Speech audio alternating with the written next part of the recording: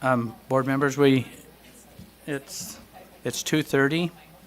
We'll get started now. We want to welcome everyone to our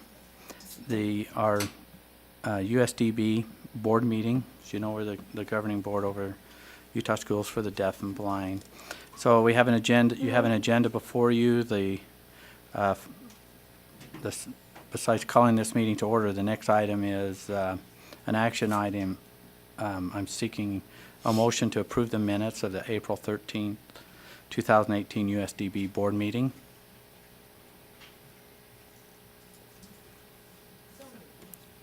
Okay. I have a motion from Board Member Cannon. Do we have a second? Lots of seconds. All in favor say aye. Aye. Those opposed? Yes. Turn your... So we discussed maps last time, and that was in the minutes. If we approve the minutes and then we have a conversation about that today, would that be a conflict or? Okay, then a second. No. Okay.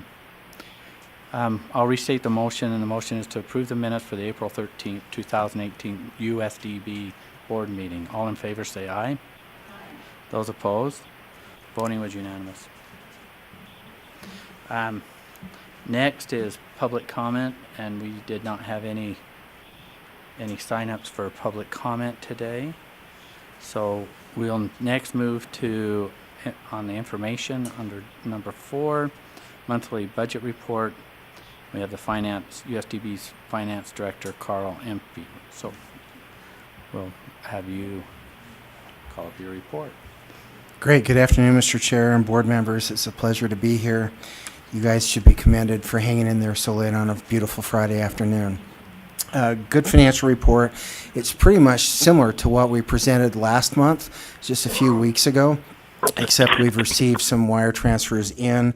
Our revenues that we've collected year to date is $31.4 million, which is 89% of our budgeted revenues. Our expenditures year to date are $27.7 million, which represents 75% of our budgeted expenditures. Number of students that we're serving currently as of the end of April was 1,639. The balance in our land grant enrichment fund as of April 19th is $1.6 million. And in our donated funds account as of March 31st, it's $1.1 million. And the next report, that is this budget status report, just gives that same detail but more at a granular level, and be happy to answer any questions that you have. In addition, we've got the donated funds detail summary showing the balance as of March 31st for each one of the donated fund accounts. And we also have the vacancy report for your review and acceptance. And in addition to that is the detail of the enrichment fund project list and what we've spent year to date. So I'd be happy, Mr. Chairman, to answer any questions that you or the board members may have. Okay, Vice Chair Brittany Cummins. Yes, I was wondering if it just disappeared. Sorry. The sheet that has the donated fund balance on it. I was just looking through that and trying to follow exactly what it is, because you've got names, and I'm guessing those are, because I recognize some of the names, that they're departments. I'm just curious if you could explain kind of how that sheet flows and what it means. Yes, it's broken out by director, and each director over their respective programs, and you can see it highlighted in the blue color. You've got the very first one is Kate Borg, and it's for the blind campus services. And then the next one is Brandon Watts with his blind outreach and so forth. So it breaks it down. Each of the directors are responsible for their respective amounts. Okay, follow up. So in essence, this is, you take your donated funds balance and this is the budget of the different sections or departments within USDB that use those donated funds? That is correct. Okay. And so this is each of their balance remaining? Is that what that is? Yes, as of that far right column, the find net balance, is their balance as of March 31st, is how much they still have remaining in their account. Okay. One more follow-up.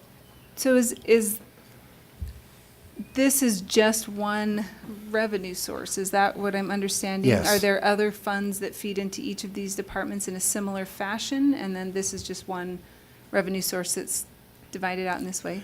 Yes, they have multiple fund sources. This is just from the donations Okay. that have come in. Okay, thank you.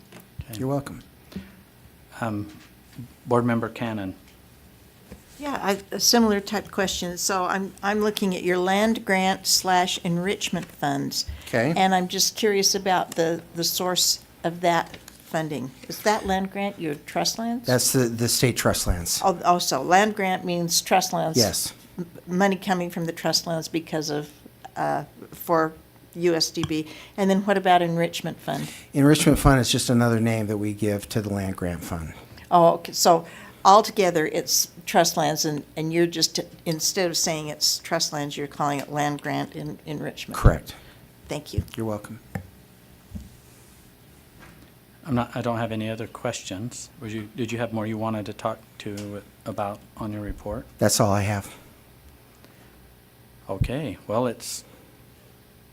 so how are you doing? I've just got a question for you. Are you caught up? You're in the groove? We just finished the budget late Wednesday night, so that was a big hurdle for us to accomplish. And that is over to Deborah and Scott on your staff right now. And so we're getting ready now. We'll start preparing for fiscal year end. There's a lot of the grants that we need to get our applications in. So while we've accomplished a lot, there's still a lot to accomplish. Okay. Superintendent Coleman? Yes, so that was Carl's maiden voyage on pulling our entire agency apart at zero-based budgeting and putting it all back together one piece at a time. And it took us several weeks, but it was great to have him there helping us do it. So next year, Thank you. it will be budget nirvana instead of what we called it this year. And so you're a veteran once you get through the year-end close, or what makes you veteran status? That will earn some additional stripes getting through fiscal year end and the audit. So I think just time earns that award, Mr. Chair. Okay. Well, we appreciate you being on board. Thank you. Thank you. I don't have any other questions or comments from board members, so thank you for your report. Next up, we have the student trip to Italy. And Superintendent Coleman, do you want to introduce everyone that's going to talk about this? I see that Michelle Tanner's on here, but I'd be happy to. In fact, I'd I'll like you defer to to introduce Michelle it. to do the introductions. We have 2 students with us today, and this is actually going to be awesome. Short but sweet. Go right ahead, Michelle. okay, Introduce our guests, if you would. Okay. First of all, I want to start off by thanking Travis. Saw him walk by in the hallway, and it's a very complex task to actually voice and present for yourself and then turn and be the interpreter. So he and I are working together. He's going to do this interpretation. I'll do the voice interpretation. So I wanted to give you just a little background, just real quick as we go forward. We did this trip. Oh, yes, I will. We did this trip March 27th through April 6th. We visited lots of cities within Italy, and I had 10 students, 10 boys, 2 girls. So here beside me, I have Alexa Sloan. Alexa Sloan, she attends our USDB campus at Skyline High School, and that's where she attends. And then behind me is Carlo Montero, and he is from Mountain View High School out in Orem. So he had, and his interpreter actually brought him up here from there. So we're appreciating that both of them are here. And we're just excited. I'm going to turn the timer to them because that's who you really want to hear from. And so we'll have Alexa present first, and then we'll have Carlo.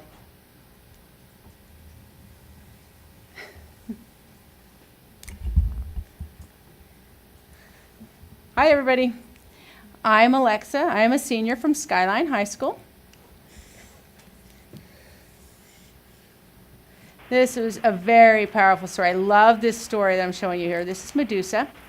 She's beautiful, and the gods, and they were looking at her, thought she was crazy who she was, and she was resistant to that. But they decided they did throw her out, and they'd see who else that become sisters. They gave her snake heads, so they would look at her. When people looked at their eyes and they see her face, they die, turn to stone. So Perseus found a way how to kill her. Used the shield as a mirror and cut off her head so they couldn't see her. So,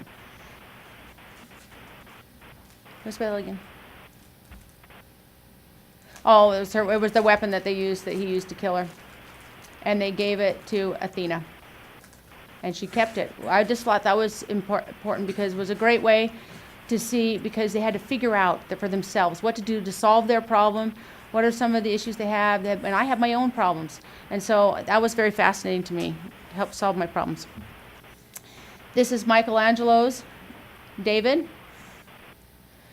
He was a very young man. He overcame Goliath back, and they changed the body because they could become, because he was a hero status, and so they wanted to honor him. And I always wanted to visit, and it was hard. I wanted to be a vet, and I can do everything, even though I'm deaf. Change your perspective, and you have proof right there that someone can do whatever they need to do, even when you have a Goliath in your life. Here's the Trevi Fountain. There was a young woman who lived there during the hot weather and brought the fresh water in. This led to this, they had to build this. They had what aqueduct that they had to build. And they brought the water, and to continue to bring the water, and that's a place that's really important to them. And that's why they called it. And that when you want to have something good luck for the future, something, you come and you throw your coins into the fountain, and then they work hard to bring the water that they need to all the people around them, so they know they can make work. If I work hard, I can gather what I need and do the things that I need. Thank you so much for supporting these trips. It has changed my life. I've learned a lot of things about traveling on my own, and I've learned different cultures. I've learned different understandings about money and budget, how to negotiate for things. I've learned how to interact with hearing people or deaf people in Italy. So thank you so much for your time. I'll let you. Thank you. Yeah, this is,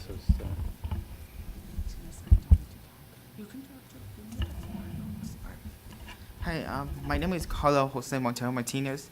Well, just call me Carlo. Venice is my top favorite city in Italy because it was a beautiful, and when I saw it first time, the water was so clear and beautiful and everything before. And when we got there, it felt like we're doing the maze, how to get there. The sight of the city was beautiful. Everything. Tower of Pisa.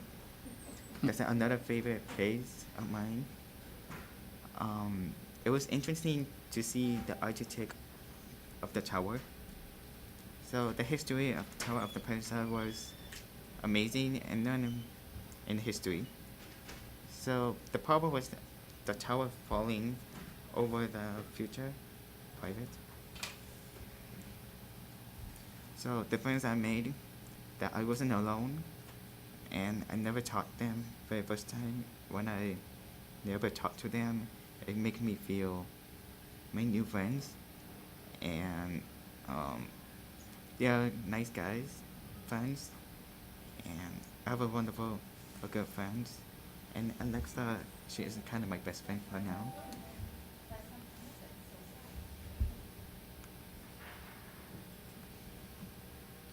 So, we went to Roberter. He is the 5 stars hotel owner. He is deaf guy, I guess. And the last day of Italy, we went to a deaf school in Italy. So we met, and I feel kind of upset because it doesn't help with Italian students, deaf students. So, yeah. And Vivian, how you say it again? Chifani. He's the owner of the wine, and he is a deaf guy. So I know about like the guy owner of the wine. So yeah. The communicates in Italy. You want to add something to this?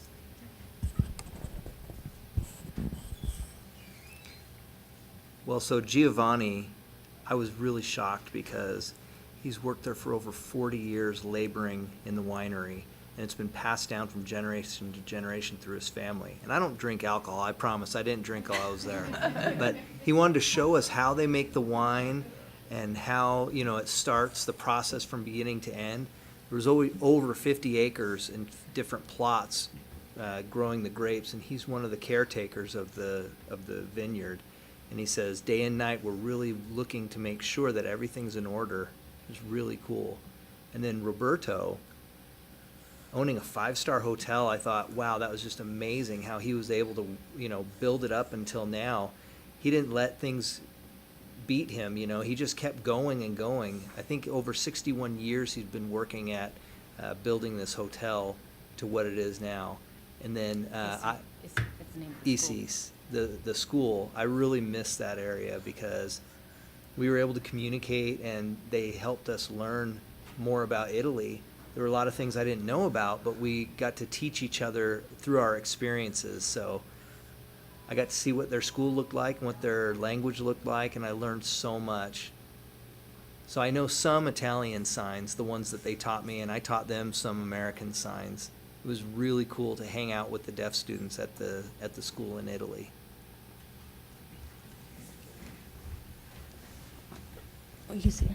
Can she see you? Okay. So then we wanted to show you what it looks like when they speak, what it was like for our communication, why our trip is different. And just because I'm not going to chance these video clips not working, I'm going to switch over. So we'll make that one big. This is at ISI. This is the Italian School for the Deaf. You will hear Italian language in the background. Someone's speaking Italian. The interpreter is the girl in the yellow dress. The gentleman to the left is our tour guide. He's deaf. And so you can kind of see how this is how our communication was at the school. Buongiorno a tutti. Siamo qui perché oggi abbiamo il piacere di avere due scuole degli Stati Uniti, due zone diverse. That's how they sign America. Che poi si presenteranno e vi diranno esattamente il dove. E io appunto vorrei, cioè il piacere di conoscervi e chiaramente anche noi conoscere loro, visitare la nostra scuola e sono previste poi dopo delle attività. That's not what I meant to do. Now I'll show you the other one. This is the winery owner. He's explaining about how the grapes and how he, And we hiked about. yes. What is that?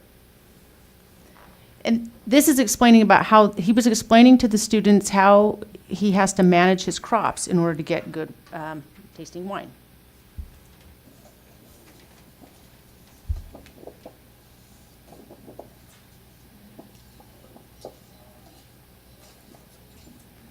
Talking about the green leaves, how they come down, how they grow, how the plants grow out. I have no idea what the other guy's saying. I can understand the little guy on the left. The sun comes out. It's very important you have a good relationship with the sun. As June, July, and August, it comes really hot, and then they really grow down, and it really helps to make sure you have shade to protect them because you don't want it too hot. It's like a haircut. You have to keep pruning and pruning and pruning. And then he's explaining more so that the students understood. It's how the sun is not good for grapes. Anyway, just thought you. What's that? Oh, I'm definitely reading the English. But I was watching when that's how we learn signs. So your tour guide understood both? Yes.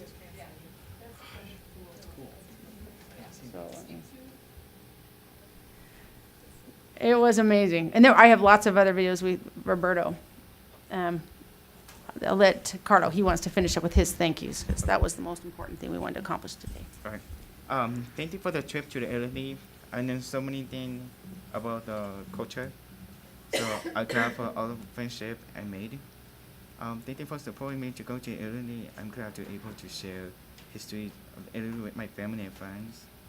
This trip taught me because I was able to understand culture and people better. With that, we just have any questions we'd love to answer. Yes, we have a question or comment from Board Member Reby. So as you've traveled from country to country, do you notice, I find it amazing that there's different languages in sign language. I thought they were all the same, and I've mentioned this before, so I'm displaying my ignorance proudly. But is there one sign language, like Italian and Spanish are similar, and then, so are there some sign languages that are greatly different and other sign languages that are similar? Yep. And which one, does it follow the pattern of the spoken language, or no? Nope.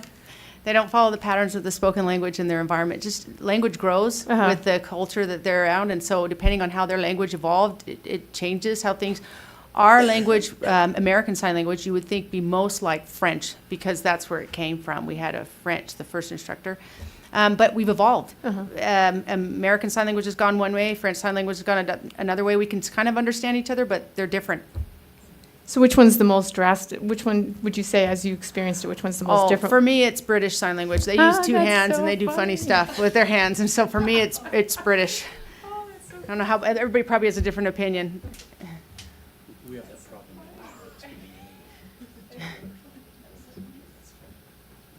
Okay, any other questions from board members? I have a couple for Alexa and Carlos, and that is, after this experience, and then now you come back to your school, what do you bring back into your school that you picked up from this experience or trip to Italy?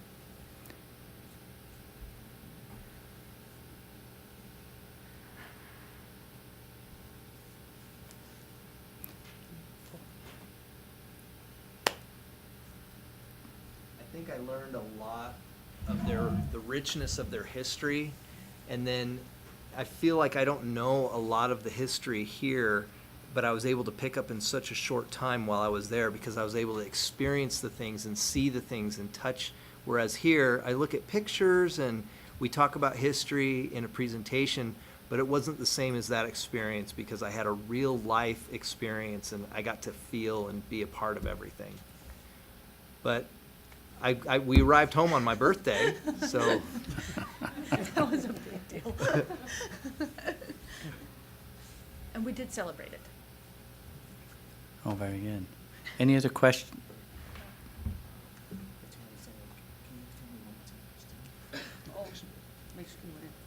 What did you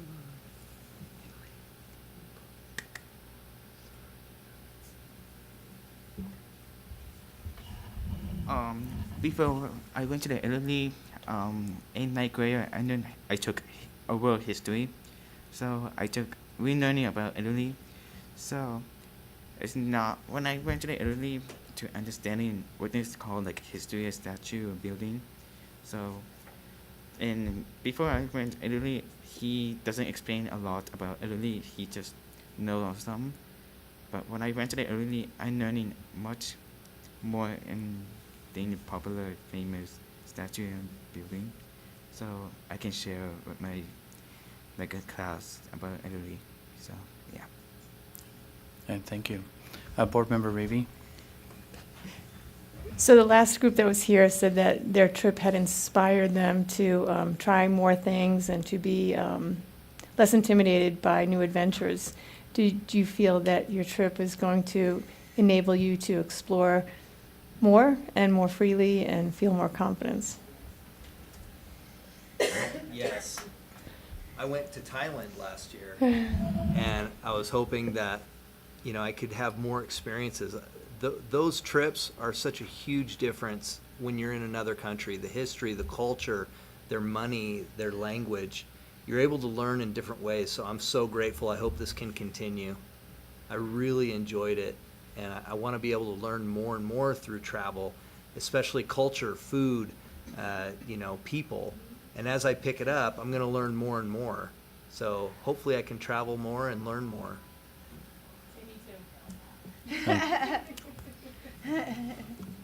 Well, you should. Let's go.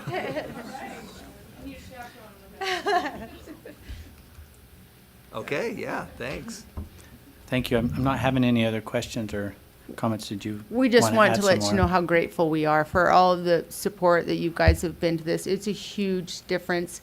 And in a lot of the times in my role, I get to do a lot of paperwork and numbers and all that kind of stuff. This is what it's all about. These are the people that make the difference. This is why we do the job. And to spend 2 weeks with them was absolute joy.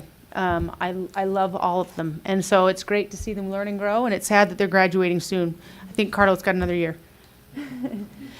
And they're just amazing students, so thank you so very much. Well, thank you. Superintendent Tanner, I'm hoping that somehow you can archive the takeaways that these young students are having from these experiences, like the answer to the last question, the passion and that's, well, there's appreciation, but there's also excitement to do more with confidence in that. And if there's a way to inventory that some way as a quote, with a picture, with something, I think that goes a long ways in continuing supporting your program and bringing value.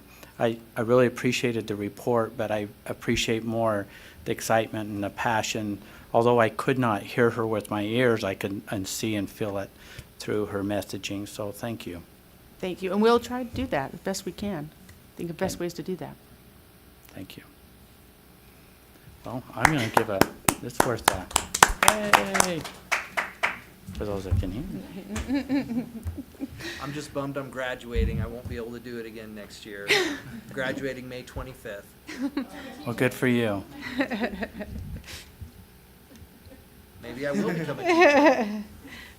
Thank you. All right. Okay, next up we have the superintendent's report.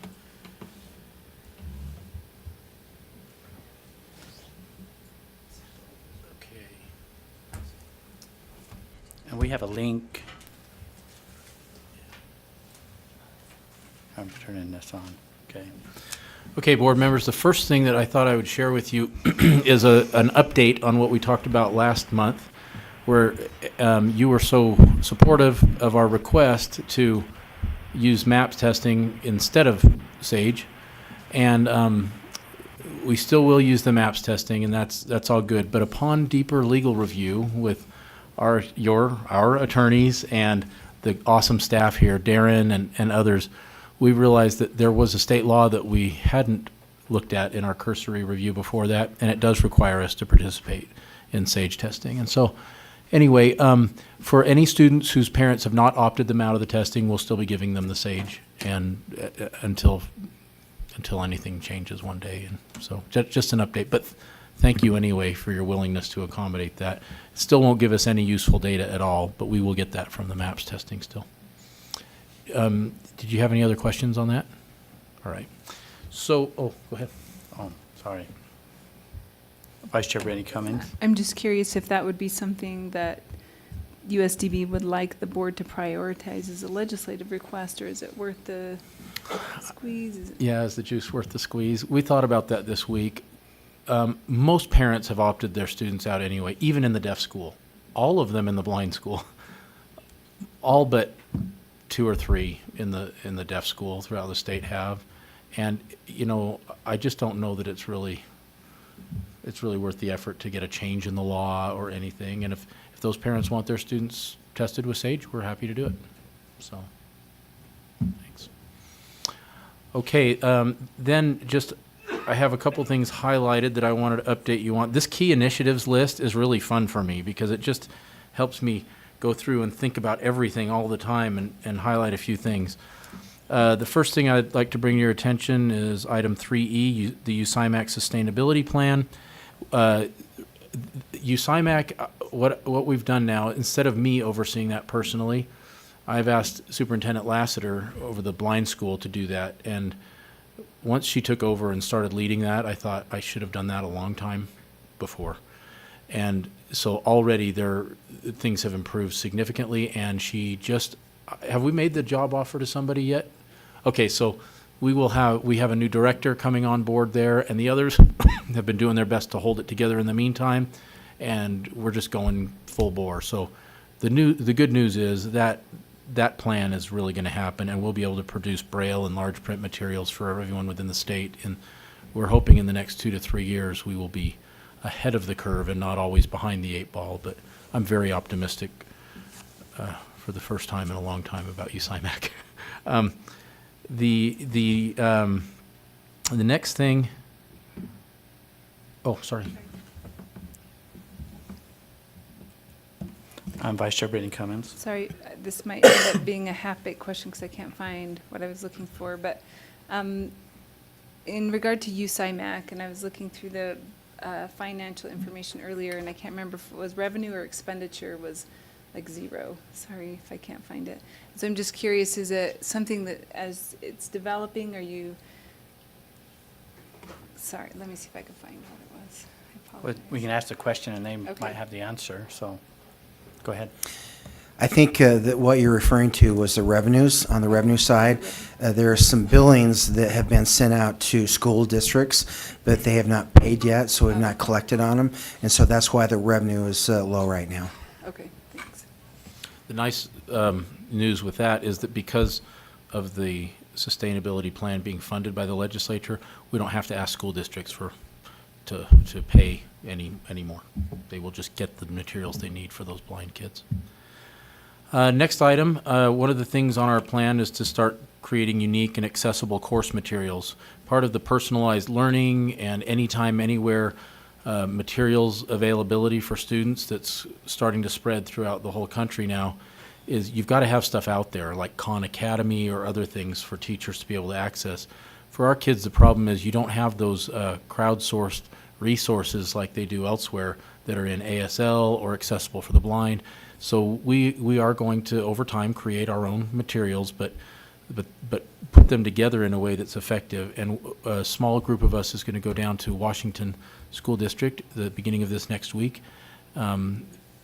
because we have had actual students tell us how effective their online program is, and we want to help maybe them have them help us understand what it is about their design that makes it so much more effective for student blended learning than a lot of the other online options that are out there for them. And so that's just kind of an exciting development for next week. We'll get to see what they're doing, and I look forward to seeing Board Member Belknap while we're down there. The next thing I'm happy to report is that Susan Thomas, who is our awesome communications specialist, and I think it's appropriate that she's standing up right now in the corner. No. She has hit the ground running, and I don't know if you've noticed, we've sent you out a few things via email, but our communications plan is just off and running, and we've had 53 media in the past quarter. We've had 53 really good media pieces, and a few are ringers. Just this last week, this one went out, and Jared has it ready. It's a 1-minute clip, but we'll just show you this. This is an example of the kind of thing that Susan is creating these opportunities for media outlets to really showcase the great things with our kids. He's the winner of a national art contest. Bryson Chadwick won the Happy Hands contest from a national cleaning products company called Deb Products. He learned about the prize in a special school assembly. Then he helped install the first soap dispenser with his picture on the front. It's Happy Hands, and Happy Hands cannot be happy if they're not clean. They're sad if they're not clean. They're happy when they're clean. I am with you, Bryson. His picture was chosen out of a group of semifinalists from as far away as New Jersey and Tennessee. Bryson won $200 for himself and $500 for the Utah Schools for the Deaf and Blind. Congratulations. I have a feeling this isn't the last time we'll hear from you. Yeah. So truly, he was a gem, and this has received national attention already. It's gone to, Susan keeps updating us. We have a little tool that shows the value and the media coverage, and it's just charming. And this was a little clip, but he was phenomenal. He's like, yeah, I've really been thinking about this for a long time, and I'm super glad that I won. And his mom was telling us that, you know, he was crawling out of his skin. He offered to go to the company and help them count the votes this last month because he was just so excited. So anyway, that was a good thing to highlight there. And then quick update on our Springville campus. We've got the design documents 100% done, and we'll be going interviewing the contractors in the next couple of weeks and going out to bid. So that's still moving right along. And we're hoping to be in on time at the beginning of school in fall of 2019. It's going to go right up to the deadline now, but Springville City is working with us, and looks like we'll pull it off. And that's all I had on my report, unless you board members had other questions about other issues or any of these. Board Member Hanson. I just have a question for you, Joel. Yesterday, we made an amendment to our 277, 501, 301, I think it's 301 now, that restricts the LEA-specific license so that you can't use it for special education or preschool, special education, regular education. And so I'm wondering, I thought about it after we voted, how you feel like that would affect you, if it would affect the schools for the deaf and blind, and how you feel about it. Yeah, so in a nutshell, I'll probably have maybe Carolyn speak to this in a second, but the short answer is we rarely ever need to use that, but when we do, we really need to use it for a specific child. And especially in our rural areas, we're still responsible for high quality of instruction, but the people themselves, sometimes there's a barrier or a hoop to jump through. And quite often it's language accessibility where they might not be able to pass a praxis test or something, but they are amazingly successful with the students, and their students' progress is skyrocketing. And so we have to fire these people after 3 years when their eligibility expires under the current, what would be an LEA specific. And we just don't like to let them go because they're really good for the kids, and quite often we can't replace them with anyone better anyway. Carolyn, would you like to share a specific example that we currently have? So the example I currently have a teacher who's been with us for 3 years. She is certified in another state in vision and has her special ed license in another state. So she comes to Utah 3 years ago, but she's tried passing the praxis 3 times. She is from a different country. So there is a little bit of a language barrier there as well, but she's a fantastic teacher. I was hoping for the LEA-specific license because it does fulfill that need for us to say, here's an outstanding teacher who is impacting students, and they're hard to find. Vision teachers are hard to find anyway, but it was just the praxis test that's holding her back. And she's had her 3 years. Her 3 years are up this year. I'm hoping that we can come to you as our board and consider this as an individual situation, such as we did with a deaf teacher. So I'm hoping that might work there, but we do have a language barrier, but yet her performance evaluations are outstanding all the past 3 years. So that's just my current example right now. I was keeping my fingers crossed for an LEA-specific license, but if that doesn't work, I am looking for alternatives because obviously I want to keep her. Joel mentioned too, in our rural areas too, we're already beating bushes to try to find special ed teachers, much less get them vision endorsed. And we don't want to, steal from Peter, like San Juan School District, to pull one of their special education teachers to be our special education teachers, and nobody has special ed teachers. And so in those rural areas, it's an uphill battle for us too. And even if we find someone who may be an aide, a paraprofessional who's excellent teaching Braille, she's got 4 years of school ahead of her, and we can't have her as a teacher license. We can get her an alternative route, but it'll take more than 3 years, or an associate teacher now. So we're looking at all these little barriers that keep popping up, and yeah, it's difficult, but we're hoping that you'll work with us on that.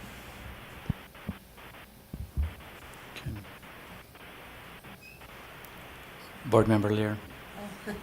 Well, as we were remembering having beat up R277501/301 yesterday, there is a provision in there for a committee of professionals, and I hope it ends up being not all USOE professionals, but some non-board employees that could review a special circumstance like this, compelling circumstances, and be able to decide that she could be licensed, or these individuals could be licensed based on those kind of compelling circumstances, even if the person doesn't fit into a box. So I don't know if we could do that before the rule is effective, but there might be some existing provision that would allow for that. And I have approached, Travis, obviously, to say, hey, we're in a really tight bind here. We were hoping that this would come to be, and maybe you can give us an extension, and, but obviously, talking with Joel, we thought we'd come to the board, see what we could do. In the meantime, Travis is trying to work with us a little bit, but his hands are going to be tied now too, but that is 2 years down the road, right? Your mic, there we go. Oh, I'm sorry. You're good. He said to me that there's some kind of provision that exists right now that is very similar to that. So I would think he would think of it, but we'll check. I've been talking with him every other day about this licensing rule, so I'll try and remember to talk to him too. Thank you. As long as there's still a way for the board to consider an exception for an individual circumstance, I think that will meet our needs. It's very rare, as it should be. So, okay. Thank you for asking that question. Okay. Please continue. I'm not having any other questions. Or is that That was the end of my report. Any question for the superintendent outside of anything else we've talked about? Well, seeing none, thank you. We do not have any items in our executive session, so I want to thank you for being here, and board members for all your work the last couple of days. I'm seeking a motion to adjourn. So we have a motion to adjourn. A second. Brittany's second. All in favor say aye. Those opposed? Voting was unanimous. Thank you.